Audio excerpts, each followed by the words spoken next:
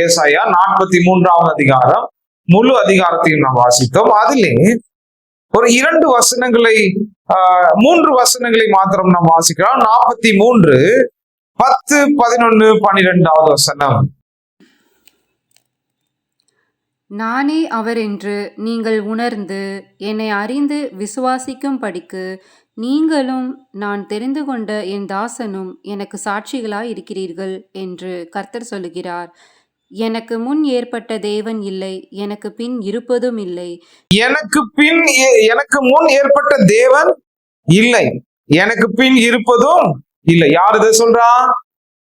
தேவன் இதை சொல்லுகிறார் இல்லையா? யெகோவா தேவன் இதை சொல்லுகிறார். 11வது வசனத்தை வாசிக்கலாம். நானே கர்த்தர், என்னை அல்லாமல் இரட்சகர் இல்லை. நானே கர்த்தர்.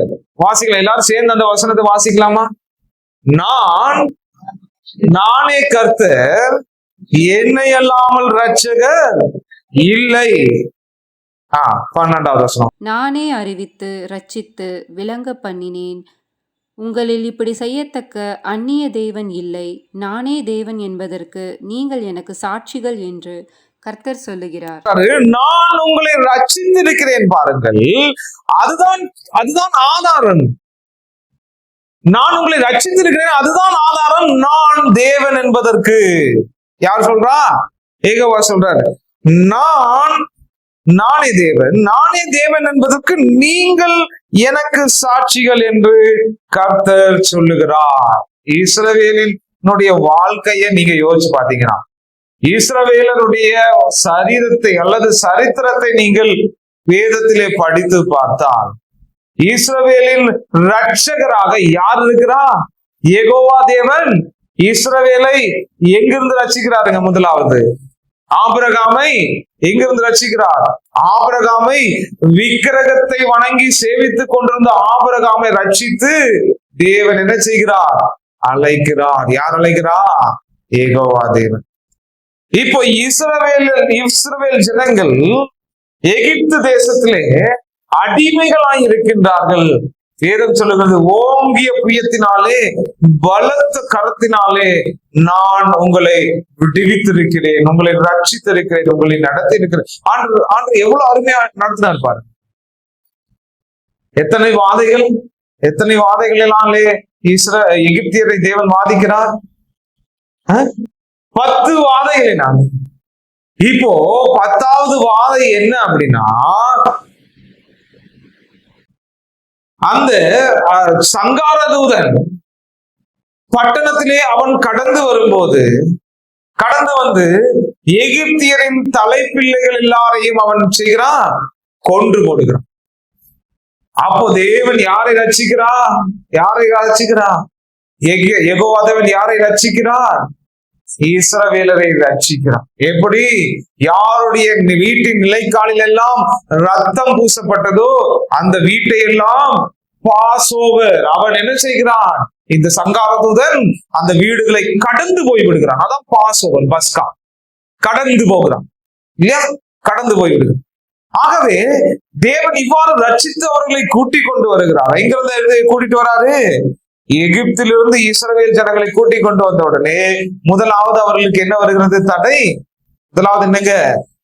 முதலாவது ஸ்டோரி மறந்துருச்சா? ஆழமா சிந்திக்கிறீங்களோ? ஆழமா எதாவது சிந்திச்சுட்டு இருக்கிறீங்களோ? பைபிள்ல என்னங்க ஃபர்ஸ்ட் என்ன வந்தது அவங்களுக்கு முன்னாடி? சிவந்த சமுத்திரம் இல்லையா? அதான் நம்ம பாடணும் இல்லையா? என்னது? செங்கடலை நீர் பிளந்து உந்த ஜனங்களை நடத்தி வந்தீர். செங்கடல் அவர்களுக்கு முன்பதாக வருகிறது. எல்லாரும் மோசேயை பார்த்து அவர்கள் முறுமுறுக்கிறார்கள். அப்பொழுது என்ன நடக்கிறது? அங்கே தேவன் அவர்களை ரட்சிக்கிறார். எப்படி ரட்சிக்கிறார்? சிவந்த சமுத்திரம் 2ஆய் பிரிகிறது. அதன் நடுவே இஸ்ரவேலர் கடந்து வருகிறார்கள். இப்பொழுது யார்? யெகோவா அவர்களை ரட்சிக்கிறார். சிவந்த சமுத்திரம் வந்ததுக்கு அப்புறம் எகிப்தியரின் கையிலையும் ரட்சிக்கிறாரு. அப்புறம் என்ன நடக்குதுங்க? அடுத்தபடியாக நீங்கள் பார்க்கும்போது இந்த இஸ்ரவேல் ஜனங்களுக்கு எப்படியெல்லாம் தேவன் ரட்சிக்கிறார் என்று நீங்கள் சற்று யோசித்து பாருங்க. இப்போ காதேஷ் பர்னேயாவுக்கு போய் நிற்கிறார். நின்று ஒரு 3 நாளிலே அவர்கள் இஸ்ரவேல் அல்லது 3 நாளிலே கானானுக்கு கடந்து செல்ல வேண்டியவர்கள் இப்பொழுது என்ன ஆகுது? ஒரு 12 பேரை வேவு பார்க்க அனுப்பிட்டு வெயிட் பண்ணிட்டு இருந்தா 2 பேர் தான் உருப்படியான ரிப்போர்ட் கொண்டு வரான். 10 பேர் என்ன சொல்றான்? இவர்களிடத்துல இருந்து யார் நம்மை ரட்சிக்க முடியும்? இவர்களிடத்துல போராடுவது, இவர்களிடத்துல இந்த நிலத்தை பிடிப்பது சாதாரண காரியமா? யார் ரட்சிக்க முடியும்? ஏன்னா இவன் என்ன அப்படின்னா 10 பேருக்கு ஏகோவா ரட்சகர் என்பதையே இவன் மறந்துட்டான். ஏகோவா ரட்சிக்கிறவர் என்பதை இவன் மறந்துட்டு யாரு இவங்கள பெரிய மக்களா இருக்கிறாங்க, அவங்க கிட்ட எப்படி நம்ம போராடுறது? ஆண்டவர் சொல்றாரு, சரி வெயிட், உங்களுக்கு என்னது கொழுப்பு அதிகமாயிருச்சு, கொழுப்பு குறையறதுக்கு 40 வருஷம் நடைபயிற்சி இல்லையா, வாக்கிங். என்ன பண்ணு, நீ வனாந்திர வழியா இந்த ஜனங்களை கூட்டி கொண்டு போ அப்படின்னு உடனே வனாந்திர வழியா எத்தனை வருடங்க, எத்தனை வருடங்கள்? 40 வருடங்கள் இவர்கள் வனாந்திர வழியாய் சுற்றி அவர்கள் தேசத்துக்குள்ளே போகிறார்கள். யோர்தான் வழியா போறாங்க 40 வருஷம். இந்த 40 வருஷம் யெகோவா இவர்களை ரட்சித்தாரா? எல்லா சூழ்நிலைகளிலும் இவர்களை ரட்சித்துக் கொண்டே இவர்கள். சாப்பாடு வேணும், சாப்பாடு வேணும், சாப்பாடு கொடுங்க, சாப்பாடு கொஞ்சம் சாப்பிட்ட உடனே என்னப்பா நான்வெஜ் இருக்க மாட்டேங்குது இல்லையா? நான்வெஜ் வேணும் எங்களுக்கு, நான்வெஜ் ஆர்டர் கொடுக்க, நான்வெஜ் கொடுக்குறாரு இல்லையா? காடைகளை அனுப்புகிறார். காடைகளை அனுப்பும் போது அவன் கர்த்தர் ரட்சகர் என்பதை மறந்து போய் கர்த்தருக்கு விரோதமாக முறுமுறுத்து என்ன பண்றான்? இவன் எப்படி சாப்பிடுறான் அப்படின்னா மூக்காலே புறப்படும் அளவுக்கும். மூக்காலே புறப்படும் அளவுக்கு நான் எப்படிங்க? மூக்காலே புறப்படும், மூக்கு பிடிக்க சாப்பிடறான் பாரு, மூக்கு பிடிக்கல எப்படின்னா மூக்காலே புறப்படும் அளவுக்கு. காடையை சாப்பிடறான், 2 காடை மூக்கு வழியா எட்டி பாக்குது, அந்த அளவுக்கு சாப்பிடறான் இல்லையா? அந்த அளவுக்கு இவன் என்ன செய்கிறான்? காடைகளை சாப்பிட்டு கூட அப்படி சாப்பிட்டு கூட ஆண்டவர் முறுமுறுத்துட்டே சாப்பிடறாப்பா. கர்த்தர் ரட்சகர் என்பது எனக்கு தெரியல. கர்த்தர் ரட்சகர் என்பதை இவன் மறந்து போன. ஆண்டவர் என்ன பண்ற? பயங்கர அடி. இப்படி அது மாத்திரமல்ல, நிறைய சிச்சுவேஷன்ல பாருங்க, அந்த வெண்கல சர்பம் உயர்த்தப்பட்டு அதை நோக்கி பார்க்கிறவர்கள் யாவரும் ரட்சிக்கப்படுவார்கள் என்று யெகோவா அவர்களை ரட்சிக்கிறான். யெகோவா தான் ரட்சித்துக் கொண்டே வருகிறான். அதனாலதான் ஏசாயா 43 ஆண்டவர் தெளிவா சொல்றாரு. என்ன சொல்றாரு பாருங்க, 43:11 நானே யெகோவா, என்னை அல்லாமல் ரட்சகர் இல்லை. இந்த மெசியானிக் யூதர்கள் என்று ஒரு சிலர் இருக்கிறாங்க. மெசியானிக் யூதர்கள் என்று சொன்னால் மேசியாவை நம்புகிறவர்கள், ஆனால் யெகோவாவை மாத்திரம் தெய்வமாக கொண்டு யெகோவாவால் அனுப்பப்பட்ட தூதராகவே இந்த மேசியாவை நம்புவார்கள். அதான் மெசியானிக் யூதர்கள் என்று அர்த்தம். அவங்களுடைய பைபிள் ஒன்று இருக்கிறது, அதற்கு பேர் தான் சீஃபர் என்று சொல்வார்கள். Cipher, Bible cipher. அது 1500 ரூபாய் கொடுத்து நான் என்ன பண்ணிருக்கிறேன், இங்க அதை சப்ஸ்கிரைப் பண்ணி வச்சிருக்கேன். அதுல உங்களுக்கு வாசிக்கிறேன். இந்த யூதர்கள் இந்த வசனத்தை எப்படி வாசிப்பாங்கன்னு பாருங்க. அதுல கூட நம்ம வாசிக்கலாம். அதுல அவர்கள் அப்படியே என்ன வார்த்தை, கர்த்தர் என்பதற்கு என்ன வார்த்தையை போட்டிருக்காங்கன்னு நம்ம பார்க்கும்போது, ஐ am யெகோவா, நானே யெகோவா, நானே கர்த்தர், நானே Jehovah, and besides me there is no savior. எனக்கு அந்த பக்கமும் இந்த பக்கம் எந்த பக்கமும் வேற எந்த ரட்சகரும் என்னை அல்லாம எனக்கு பக்கத்துல எந்த ஒரு ரட்சகரும் இல்லை. யார் சொன்னது? யார் சொன்னதுங்க? கஷ்டமா இது. யெகோவாவை தவிர வேற ரட்சகர் இல்லை. நம்புறீங்களா? யெகோவாவை தவிர வேற ரட்சகர் இல்லை. அப்கோர்ஸ் இஸ்ரவேலியே நம்ம பார்க்கணும். யெகோவாவை மாத்தி வேற யாராவது ரட்சகர்னு சொன்னா நீங்க யாருங்க? நீங்க யாரு? பொய் சொல்றீங்க. யெகோவாவுக்கு அப்பாற்பட்டு நீங்க வேற ஒரு ரட்சகர் இருக்கிறார் அப்படின்னு சொன்னா அது பொய்யா உண்மையா? என்னங்க, பொய்யா உண்மையா? நம்ம அதான் பாடுறோம், கர்த்தாவே தேவர்களில் உமக்கு ஒப்பானவர் யார்? ஆண்டவரே நீர் மாத்திரம் ரட்சகர், நீ எப்படி சொல்லலாம்? Jehovah shut up. யெகோவா இல்லாம வேற ஒருத்தர் ரட்சகர் இல்லை. யார் சொன்னது? நான் சொல்றேனா இல்ல அந்த பாஸ்டர் ஐயா சொல்றாரா? யாருக்கு நீங்க சொன்னீங்களா? யாருங்க சொன்னது? தேவன் சொன்னா கூட நாங்க திருச்சுக்கோம். யெகோவா சொல்றாரு இல்லையா? Jehovah says there is no savior besides me. என்னை இல்லாமல் ரட்சகர் இல்லை. வேற எவனா இருந்தாலும் சரி, அது காபிரியலா இருந்தாலும் சரி, மீகாவேலா இருந்தாலும் சரி, எவனா இருந்தாலும் சரி, லூசிபரா இருந்தாலும் சரி, எவனா இருந்தாலும் சரி, ஆதாமா இருந்தாலும் சரி, ஆபிரகாமா இருந்தாலும் சரி, ஈசாக்கா இருந்தாலும் சரி, யாக்கோபா இருந்தாலும் சரி, மோசேயா இருந்தாலும் சரி, ஓசியா, யோவேல், ஆமோஸ், ஓபதியா, யோனா, மீகா, நாகும், ஆபகுக்கு, செப்பனியா, ஆகாய், சகரியா, மல்கியா, எலியா, எலிசா, அப்படி யாருங்க? ஸ்ரீகளிடத்தில் பிறந்தவர்களில் பெரியவனா இருக்கின்ற யோவான் என்ன எல்லாமே ரட்சகர் இல்லை சொல்லாமா? அதை சொல்லும் போதே உங்களுக்கு ஆச்சரியம். நம்ம தேவன் எல்லாம் சொல்லுங்க, யெகோவா சொல்லுங்க, யெகோவா இல்லாமல் ரட்சகர் இல்லையா? அப்படியா? யெகோவாவை அட்டாக் பண்ணலாமா? இப்போ இப்படி சொல்லிட்டாரு. இந்த யெகோவாவை ஒரு வழி பாத்திர வேண்டியதுதான். இப்படி சொன்ன இந்த யெகோவாவுக்கு நம்ம ஏதாவது செய்தாக வேண்டும். என்ன இல்லாமல் ரட்சகர் இல்லைன்னு என்ன தெனாவட்டில இந்த யெகோவா சொல்லுகிறார்? தெனாவட்டுனா கான்பிடன்ஸ். என்ன கான்பிடன்ஸ்ல இவர் சொல்றாரு? நாம இன்னைக்கு யெகோவாவை பிரிச்சு மேய போறோம் இல்லையா? யெகோவா இல்லாம ரட்சகர் இல்லையாமா. எடுத்துக்கிறோமா? ஒரே ஒரு புத்தகம், பவுல் எழுதின தீத்துவின் நிருபத்தை எடுத்துக்கிறோம். நாம எப்படிப்பட்ட ரட்சகரை ஆராதிக்கிறோம் என்பதை நாம் இன்று பார்க்க போறோம். இங்கே தீத்துவின் புத்தகம், தீத்துவுக்கு பவுல் எழுதின நிருபம் 1வது அதிகாரத்தை எடுத்துக்கொள்ளலாம். அந்த தீத்துவை இந்த சீஃபர்ல நம்ம பார்க்கலாம். பாருங்க, எடுத்தாச்சா? இப்போ 2வது வசனம் வாசிங்க. பிதாவாகிய தேவனாலும் நம்முடைய இரட்சகராயிருக்கிற கர்த்தராகிய இயேசு கிறிஸ்துவினாலும் கிருபையும் இரக்கமும் சமாதானமும் உண்டாவதாக. என்ன சொல்றாருங்க? ஐயோ, என்னங்க வேற ஒருத்தர் ரட்சகர் நீங்க போட்டிருக்கிறாரு பவுல்.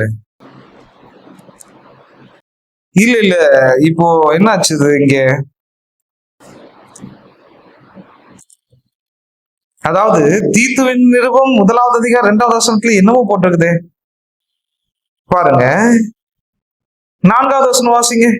ஏற்ற காலங்களிலே நம்முடைய இரட்சகராகிய தேவனுடைய கட்டளையின்படி எனக்கு ஒப்புவிக்கப்பட்ட பிரசங்கத்தினாலே தமது வார்த்தையை வெளிப்படுத்தினார். ஏற்ற காலத்தில் நம்முடைய இரட்சகராகிய தேவனுடைய கட்டளையின்படி. ஓகே.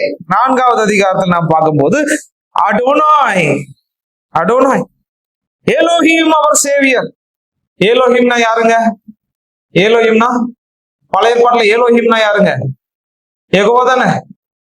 ஏலோஹிம் ரட்சகர் என்று போடப்பட்டிருக்கிறதே. ஆனா 2வது வசனத்துல பாருங்க, பிதாவாகிய தேவனாலும் நம்முடைய ரட்சகர். யாருப்பா இது? யாரு இது? யார் இங்க வந்து யெகோவாவுக்கு முன்பதாக நின்று ரட்சகராகிய இயேசுன்னு யாருப்பா அது? அச்சோ, எங்க இடிக்குது. ஏதோ நம்ம யெகோவாக்கு ஏதோ பிரச்சனை. 2வது அதிகாரம் எடுத்துக்கிறோமா? இப்போ தீத்துவின் நிருபம் 2வது அதிகாரம் வாசிக்கலாம் பாருங்க. தீத்து 2வது அதிகாரம் 9வது வசனம் வாசிங்க. வேலைக்காரர் நம்முடைய இரட்சகராகிய தேவனுடைய உபதேசத்தை எல்லாவற்றிலும் அலங்கரிக்கத்தக்கதாக. இங்க ஓகே. இப்போ தீத்து 2வது அதிகாரம் 9வது வசனம் பரவாயில்ல. என்ன போட்டிருக்குது? Exhort servants to be obedient unto their own adonim and to please them well in all things, not answering again, that they may adorn the doctrine of Elohim our Savior. Elohim ஆகிய ரட்சகரை. பரவாயில்ல, இப்போ பரவாயில்ல. இப்போ வந்து யெகோவா ஏசாயால சொன்னது correct தான்ப்பா இல்லையா? ஏன்னா அவர் தான் சொல்லிருக்காரு, என்ன எல்லாம ரட்சகர் இல்லைன்னு சொல்லிட்டாரு. இப்போ 13வது வசனம் வாசிங்க.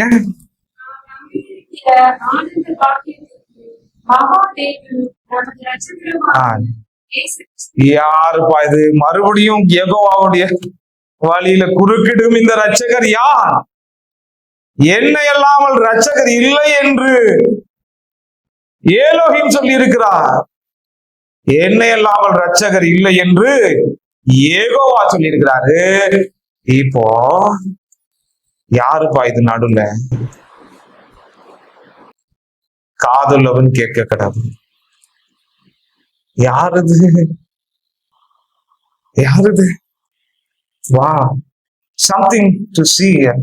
நாம் நம்பி இருக்கிற ஆனந்த பாக்கியத்துக்கும் மகாதேவனும் நமது ரட்சகரும். அவர் சாதாரண இல்ல, அவர் ஏதோ குட்டி தெய்வம் இல்ல, அவர் ஏதோ குட்டி தெய்வம் இல்ல, கிரேட் காட். அப்படின்னா என்ன? அவருக்கு நிகரான காட் யாரும் இல்ல. மகாராஜனுக்கு மகாராஜா அப்படின்னா என்னது? பெரிய ராஜா. அவரு கீழதான் மத்ததெல்லாம். இப்போ இவர் குட்டி ராஜா தானே. அங்க அவர் மகாதேவன். மகாதேவன் அழுகவர்களையா? இதை கேட்டா உங்களுக்கு, இதை கேட்கும் போது கண்கள் கலங்கலையா? என்னையா சொல்றீங்க? அவரை அல்லாமல் ரட்சகர் இல்ல. யாருகிட்ட விளையாடுறது இந்த விளையாட்டு? யாருகிட்ட விளையாடுறது இந்த விளையாட்டு? 3வது அதிகாரத்திற்கு வாசிக்கலாம். தீத்துக்கு எழுதின நிருபம் 3வது அதிகாரம் 4, 5, 6, 7 வசனங்களை வாசிக்கலாம். வாசிக்கலாம். இந்த சீஃபர்ல வாசிக்கலாமா? But after that the kindness and love of Elohim our saviour. Okay, இங்க கரெக்டா தான் எலோஹிம் ஆகிய ரட்சகர். ஓகே, ஏசாயா 43ல எலோஹிம் அல்லது யெகோவா சொன்னது சரி இல்லையா? இப்ப வருவோம், வாசிங்க. நம்முடைய இரட்சகராகிய தேவனுடைய தயையும் மனுஷர் மேலுள்ள அன்பும் பிரசன்னமான போது நாம் செய்த நீதியின் கிரியைகளின் நிமித்தம் அவர் நம்மை இரட்சியாமல் தமது இரக்கத்தின்படியே மறுஜென்ம முழுக்கினாலும் பரிசுத்த ஆவியினுடைய புதிதாக்குதலினாலும் நம்மை இரட்சித்தார். தமது கிருபையினாலே நாம் நீதிமான்கள் ஆக்கப்பட்டு நித்திய ஜீவன் உண்டாகும் என்கிற நம்பிக்கையின்படி சுதந்திரராகத்தக்கதாக அவர் நமது இரட்சகராகிய இயேசு கிறிஸ்து மூலமாய் அந்த பரிசுத்த ஆவியை நம்மேல் சம்பூரணமாய் பொழிந்தருளினார். பாருங்க, எலோஹிம் தானே ரட்சகரு. இப்போ அவர் நமது இரட்சகராகிய இயேசு கிறிஸ்து மூலமாய், சில்லாஜிசம் என்று சொல்வார். ஒரு ஒரு ஒரு ஒரு ஐடியா இருக்கு. சில்லாஜிசம் என்று சொன்னால் என்னன்னா, யெகோவா ரட்சகர். சொல்லுங்க, யெகோவா ரட்சகர். இயேசு ரட்சிக்கிறார். சொல்லுங்க, இயேசு ரட்சிக்கிறார். மாத்தக்கூடாது, ஒரு வேர்டு மாத்த பிரச்சனையா இருக்கு. யெகோவா ரட்சகர். யெகோவாவை தவிர வேற ரட்சகர் உண்டா? இல்ல. 2வது இல்லையா? யெகோவா ரட்சகர். 2வது லைன் என்ன? சொல்லுங்க, இயேசு ரட்சிக்கிறார். இயேசு ரட்சிக்கிறார். அப்படியானால் இயேசு யெகோவா. புரியுதா? சிம்பிள் தானே? ஐயோ, அந்த பாட்டை கேட்கும் போது உங்களுக்கு புரியலையா? இல்லையா? என்ன என் ஆனந்தம், என்ன என் ஆனந்தம் சொல்ல கூடாதே. என்ன என் ஆனந்தம், என்ன என் ஆனந்தம் சொல்ல கூடாதே. மன்னன் கிறிஸ்து என் பாவத்தை எல்லாம் மன்னித்து விட்டார். என் இயேசு ரட்சகருக்கு நிகரான ரட்சகர் இல்லை என்று Jehovah சாட்சியிடுகிறார். There is no other way, there is no other source, there is no other savior. எனக்கு ஒரு ரட்சகர் வேண்டுமானால் அது யெகோவாகிய இயேசுதான். யார் என் ரட்சகருக்கு என்பதாக நிற்க முடியும்? யார் என் இயேசுக்கு என்பதாக நின்று நீ ரட்சகர் அல்ல என்று சொல்ல முடியும்? என்னை அவர் ரட்சித்திருக்கிறார். அவர் யெகோவா என்பதற்கு நீங்களும் நானுமே சாட்சிகள். அதான் யெகோவா சாட்சிகள். ஓகேவா? நம்ம தான் உண்மையான யெகோவா சாட்சிகள். யார் யெகோவா சாட்சிகள்னா என்ன? நீங்களும் நானுமே யெகோவாவுக்கு சாட்சி. எந்த யெகோவா? யாரு? இயேசு கிறிஸ்து. சொல்லுங்க, யெகோவா யாரு? இயேசு கிறிஸ்து. நீங்கள் எனக்கு சாட்சிகளாய் இருப்பீர்கள். யாருக்கு சாட்சிகளாய் இருப்பீர்கள் ஆண்டவர் சொல்றாரு? எனக்கு சாட்சிகள் யாரு? ஏன் இயேசுக்கு சாட்சிகளா இருக்கணும்? யாருக்கு? யெகோவா சொல்றாரா 43வது அதிகாரம் ஏசாயால, நான் தேவன் என்பதற்கு நீங்களே சாட்சிகள்.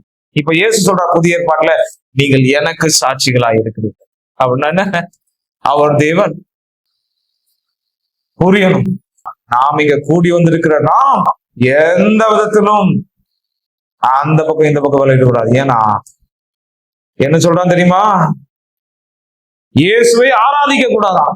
இயேசுவை நாங்கள் ஆராதிப்பதில்லை, ஏனென்றால் அவர் வல்லவர் தான், ஆனால் சர்வ வல்லவர் அல்ல. நான் சொல்றேன்,